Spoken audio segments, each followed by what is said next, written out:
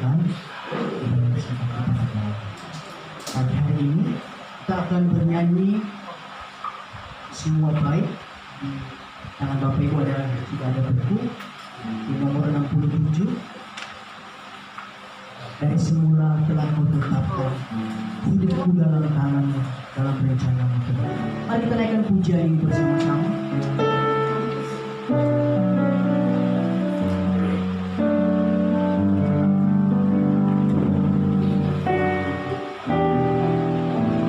Mari bersama-sama katakan dari semula. Dari semula.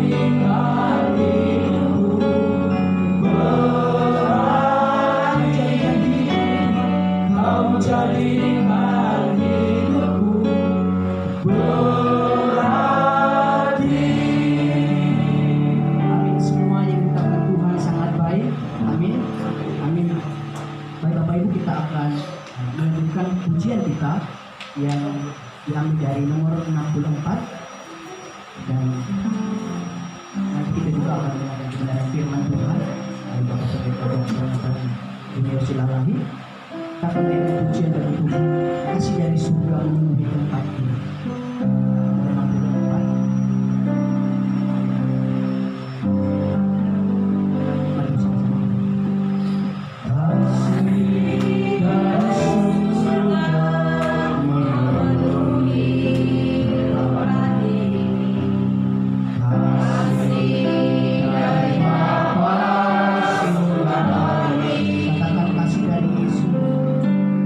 Kasih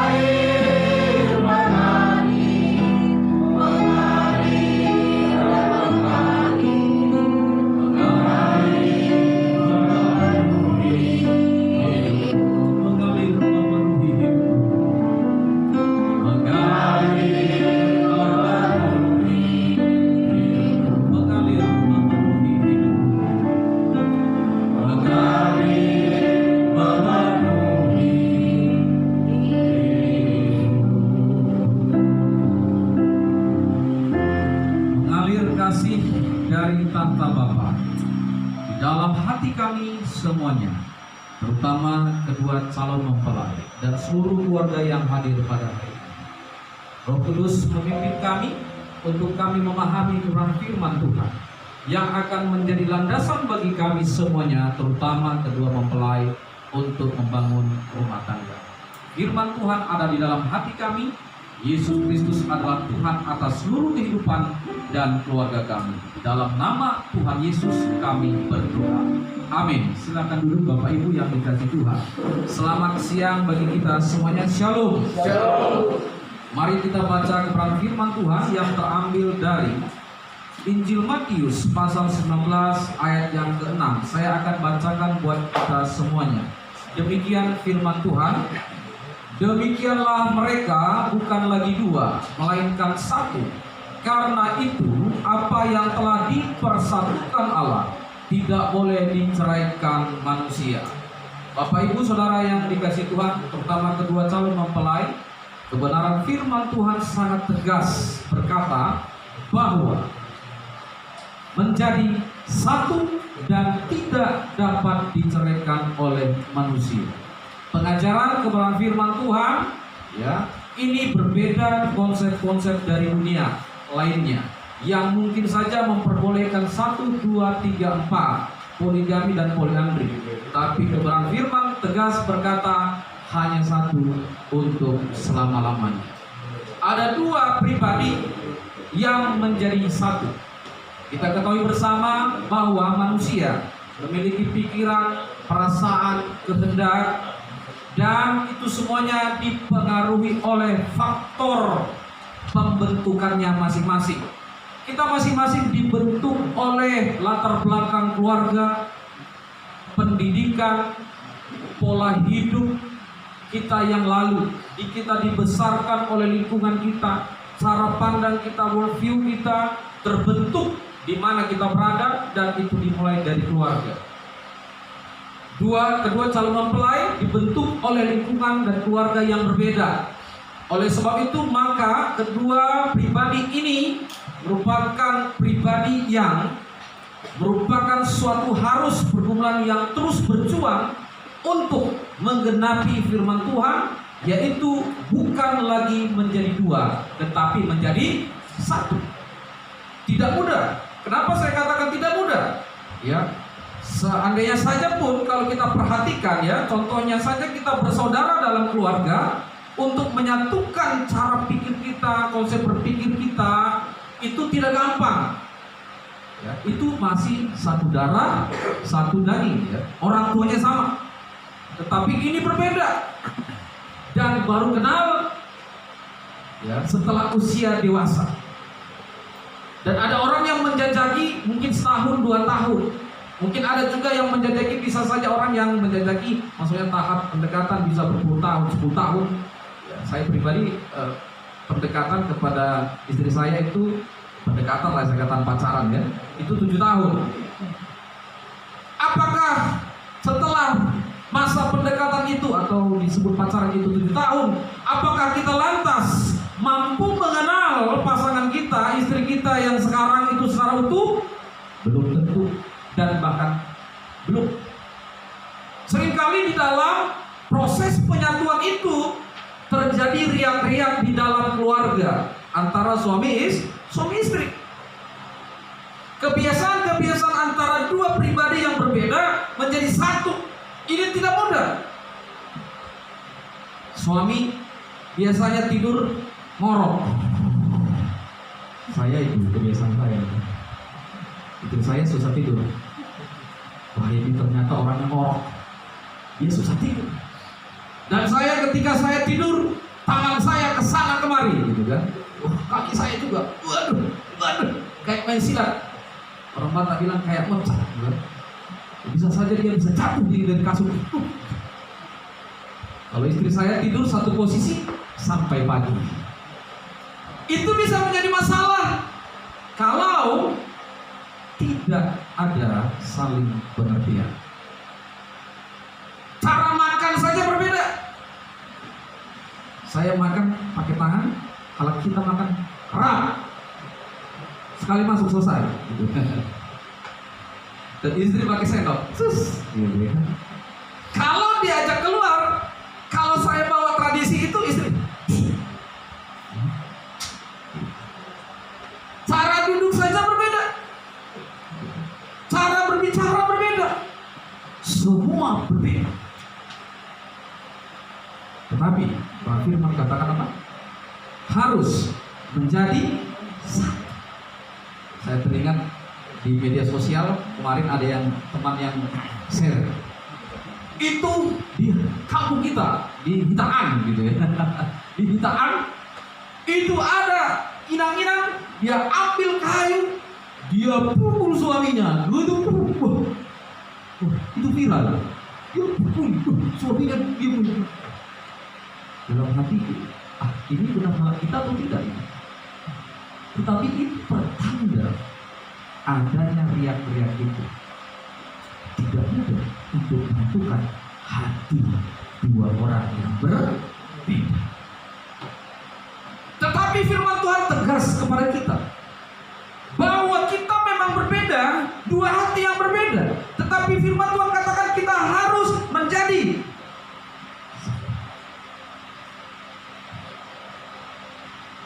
Bagaimana kalau misalnya saya nggak punya satu? Jangan menikah, kan gitu ya. Konsekuensi logisnya begitu.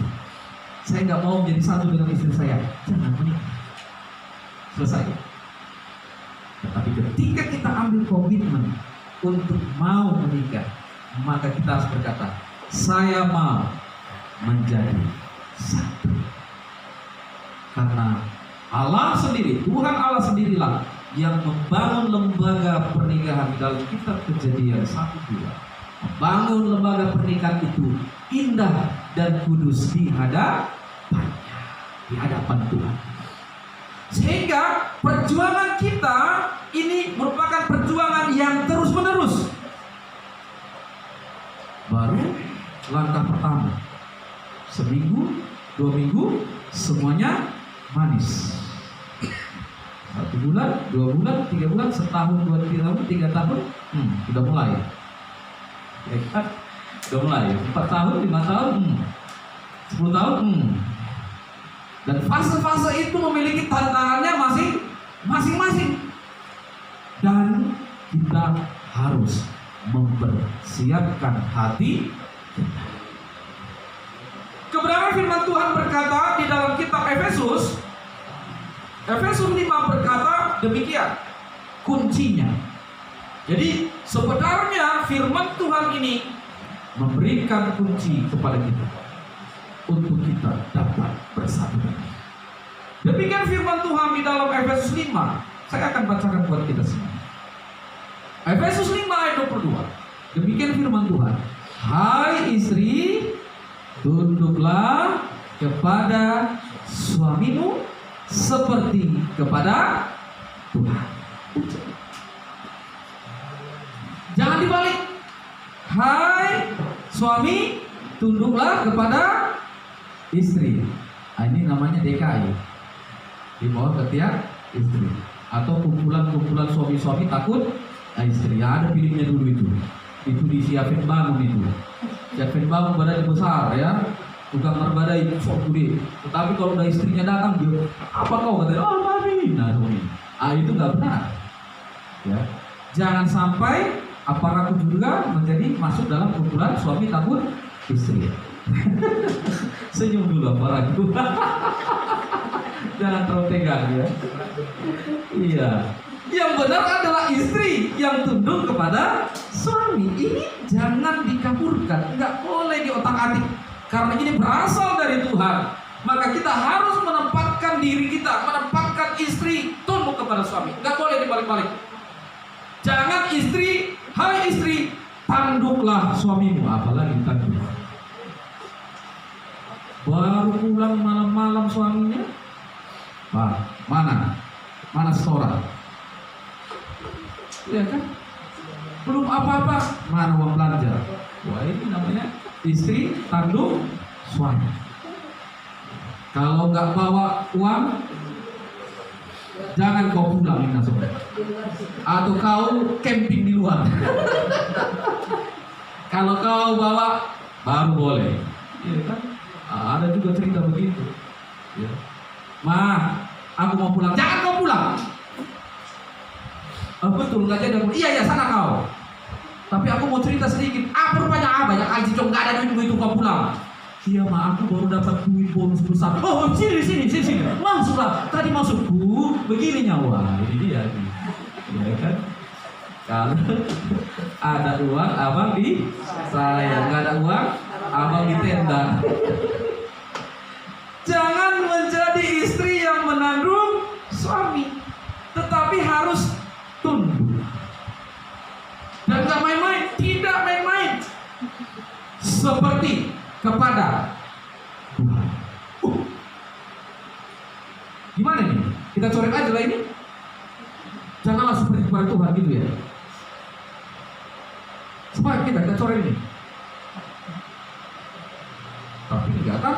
Kita sepakat ini firman Tuhan. Amin. Kita sepakat kalau orang Kristen kalau nggak percaya kita bukan orang Kristen. Ya, kita satu iman kan. Jadi nggak boleh coret-coret ini. Ini firman Tuhan. Jadi tegas seperti kepada Tuhan. Jadi kalau melihat suami, kita harus tunduk, istri harus tunduk seperti kepada. Para ibu-ibu nggak berani bilang, nggak mau ngomong. Tidak berani ngomong. Wih, sama seperti kepada Tuhan ya. Ibu-ibu gak berani ngomong. Iya, harus. Ini firman Tuhan. Ini nggak dibuat-buat. Nggak ada tafsir-tafsir. Nggak. Ini memang jelas sekali. Anak SD pun kalau baca sama. Terang ini, terang sekali ini. Ya, mau gereja apapun dia ini terang sama ini. Ya, sama seperti kepada Tuhan, terang sekali. Luar biasa. Kunci keberhasilan untuk menjadi dua tadi menjadi satu. Ini yang pertama. Tunduk kepada suami. Berikutnya, yang kedua. Saya langsung lompat aja ayat 25 supaya jangan terlalu lama. Hai suami, kasihilah istrimu sebagaimana Kristus. Hai suami, kasihilah istrimu sebagaimana Kristus. Tuhan Yesus tadi juga mengasihi siapa? Jemaat. Jadi timbal baliknya seimbang. Kalau tadi istri tunduk kepada suami, melihat suami seperti Tuhan, dan suami juga mengasihi istri, posisi suami dia harus menempatkannya seperti Tuhan Kristus, Yesus Kristus mengasihi jemaat. Seimbang bukan? Seimbang. Jadi Alkitab ini tidak domplang. Orang Betawi bilang domplang itu enggak, ini enggak domplang. Pas. Jadi kalau ada suami tidak mengasihi istrinya, ketika ada acara suami pergi sendiri, istri nggak usah ikut. Ini bahaya nih. Ini kan mana istri lo? Gua males. Ini kan nggak boleh. Demikian juga mana suami? Gua malas. Sudah ini udah tanda-tanda telah nyata ini. Bagaimana caranya agar kasih itu bisa tetap stabil? Kita harus dipenuhi oleh kasih Kristus. Amin. Kasih Tuhan Yesus itu yang rela berkorban mati untuk jemaat, untuk kita semua. Itulah yang harus kita ambil, kita terapkan ketika melihat istri kita. Maka kasih itulah juga yang harus kita implementasikan kepada istri kita. Sehingga apapun masalah tantangan dalam keluarga, mengarungi hidup rumah tangga, maka kita harus katakan apa? Aku ini seperti Yesus Kristus. Aku harus mengasihi dia. Bisa? Bisa. Kenapa? Karena kasih Tuhan Yesus itu ada di dalam hati kita. Kalau hanya kasih kedagingan, kalau hanya kasih kita manusia yang terbatas ini sangat-sangat mustahil. Tapi ketika di dalam hati kita ada kasih Yesus, hati kita dipenuhi oleh kasih Yesus, maka apapun masalahnya, ketika kita sedang menghadapi masalah, maka yang kita harus selesaikan dengan cara kasih Yesus. Tidak ada masalah yang tidak bisa diselesaikan. Amin. Ini prinsip kita harus. Dan bahkan lebih tingginya lagi adalah semua masalah dapat diselesaikan dengan kasih Kristus. Ini lebih tinggi lagi. Orang dunia tahu itu. Orang dunia, orang seberang tahu itu. Semua masalah dapat diselesaikan. Dan yang lebih tinggi lagi adalah semua masalah dapat diselesaikan di dalam kasih Tuhan Yesus. Ini prinsip orang Kristen. Jadi harapan kami sebagai hamba Tuhan, sebagai pendeta, kami berdoa berharap bahwa keluarga yang baru ini akan sungguh-sungguh menerapkan kasih Tuhan kita Yesus Kristus di dalam mengarungi keluarga, di tengah-tengah pekerjaan, keluarga, pergumulan, dan apapun yang sedang dihadapi. Biarlah Tuhan Yesus itu ada di dalam rumah tangga kita. Tuhan Yesus menjadi nakoda, dialah yang memimpin kita, bukan hanya kita saja. Suami bisa berkata bahwa saya pemimpin di keluarga ini, boleh. Tapi di atasmu ada lagi yang lebih tinggi. Siapa?